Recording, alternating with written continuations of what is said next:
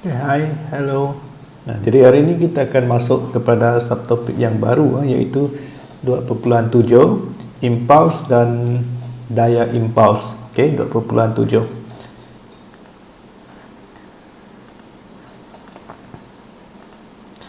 Alright, so sama juga seperti video-video sebelum ini, cikgu gunakan buku teks untuk permudahkan ataupun mengurangkan penerangan lah.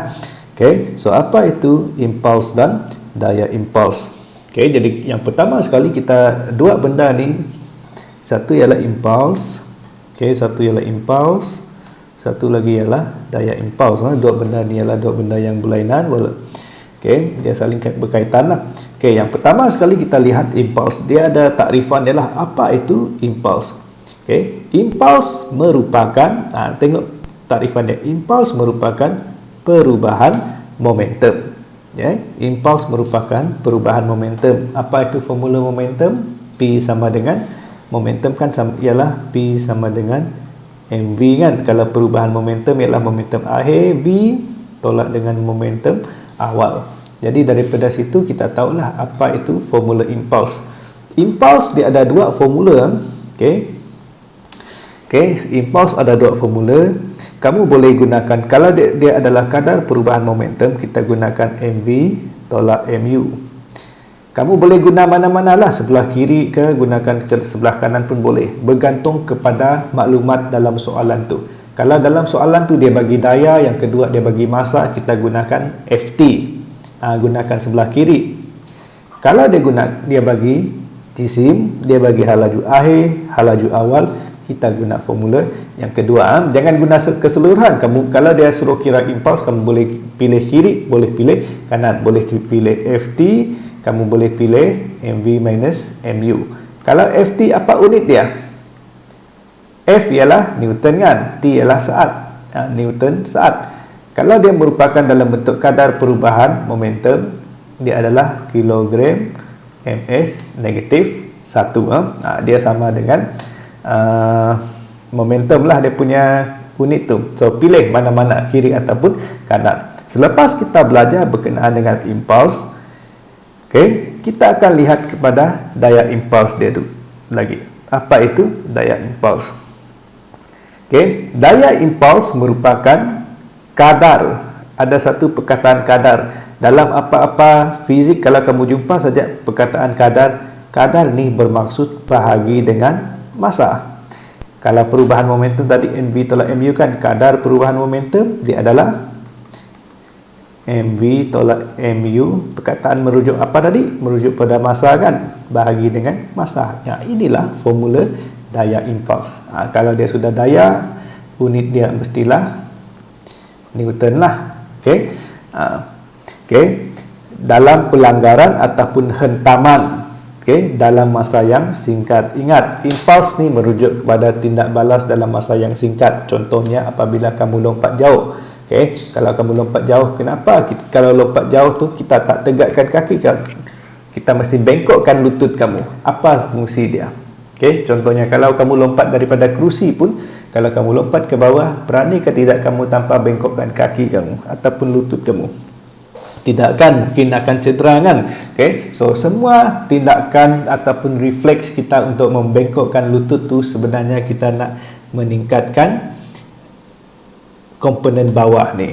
Okay, komponen masa ni. Kalau kita tengok formula dia, T tu ialah masa hentaman. F sama dengan MV tolak MU over T. Tadi kan saya bagi contoh, kalau kamu lompat daripada kerusi, kenapa kita nak bengkokkan lutut kita? Kenapa kita bengkokkan lutut? Sebab apabila kita bengkokkan lutut kita, okay, masa hentaman dia menjadi panjang. Apa kaitan masa hentaman dengan daya ni? Okay, tepi dengan bawah ni songsang kan? Kalau masa hentaman dia meningkat, bermaksud daya yang dikenakan pada lutut kamu pun berkurang. Sebab itu kita bengkokkan, kita nak panjangkan masa dia supaya daya tu kurang lah. Kalau daya kurang, tidaklah rosak lutut kamu, tidaklah cedera. Okay, so ada banyak faedah dia, sama ada kamu nak panjangkan ataupun pendekkan, so bergantung kepada aplikasi dia. Contohnya tukul.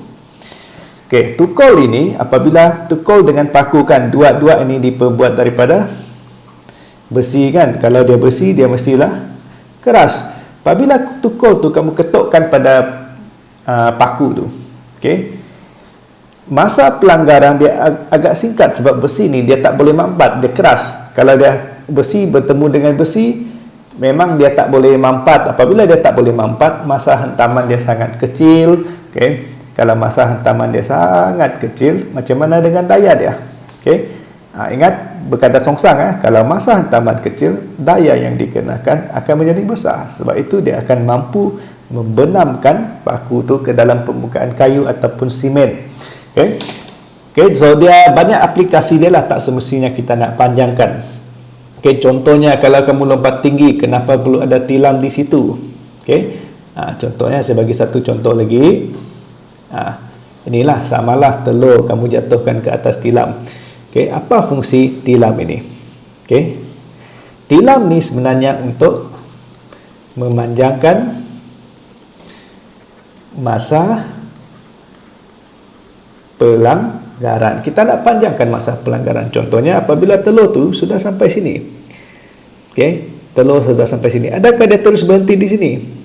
Tidak kan?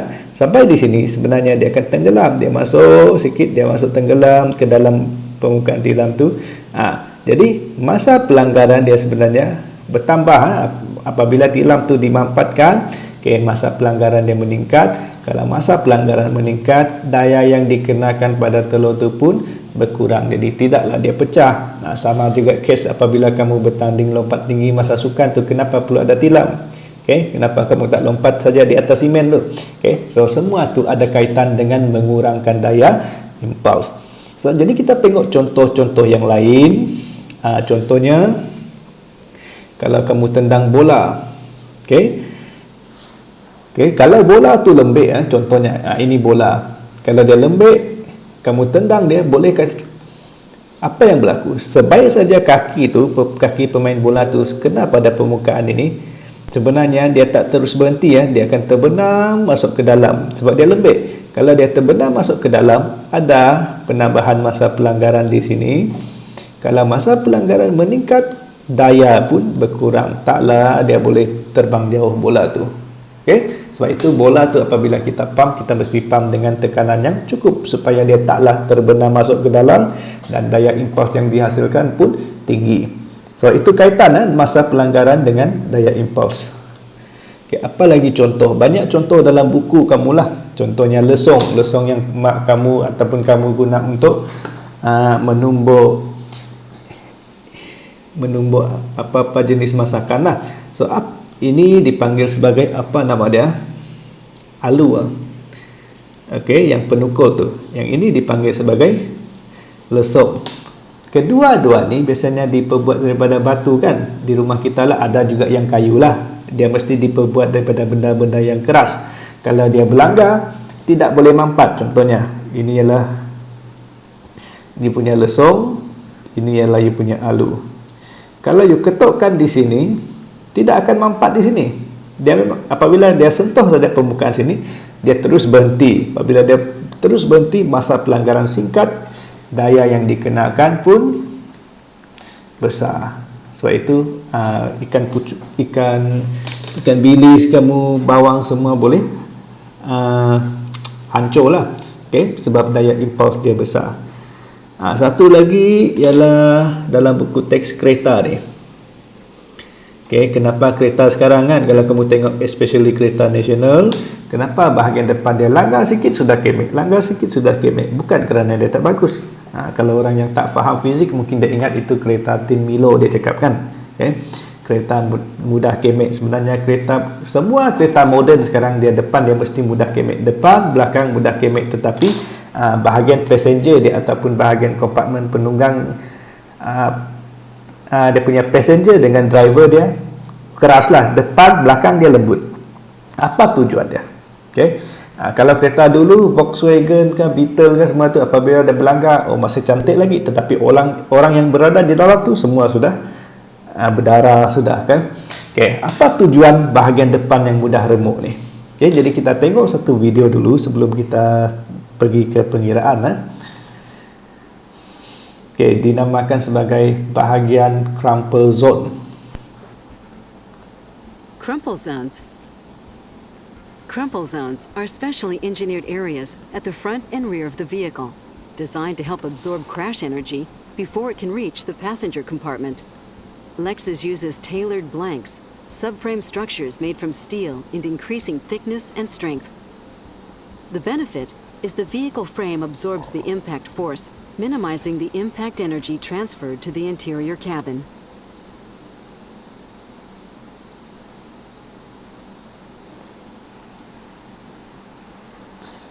Okay, so itulah bahagian depan dan belakang tu yang dipanggil sebagai crumple zone. Apabila dia berlanggar, bahagian depan tu remuk dulu. Apabila dia meremuk, masa pelanggaran tu dipanjangkan. Kalau dia masa pelanggaran dipanjangkan, orang yang di dalam tu pun akan mengalami daya impuls yang lebih kurang lah. Jadi dia boleh menyelamatkan. So semua itu merupakan safety feature ataupun ciri-ciri keselamatan kereta-kereta sekarang lah.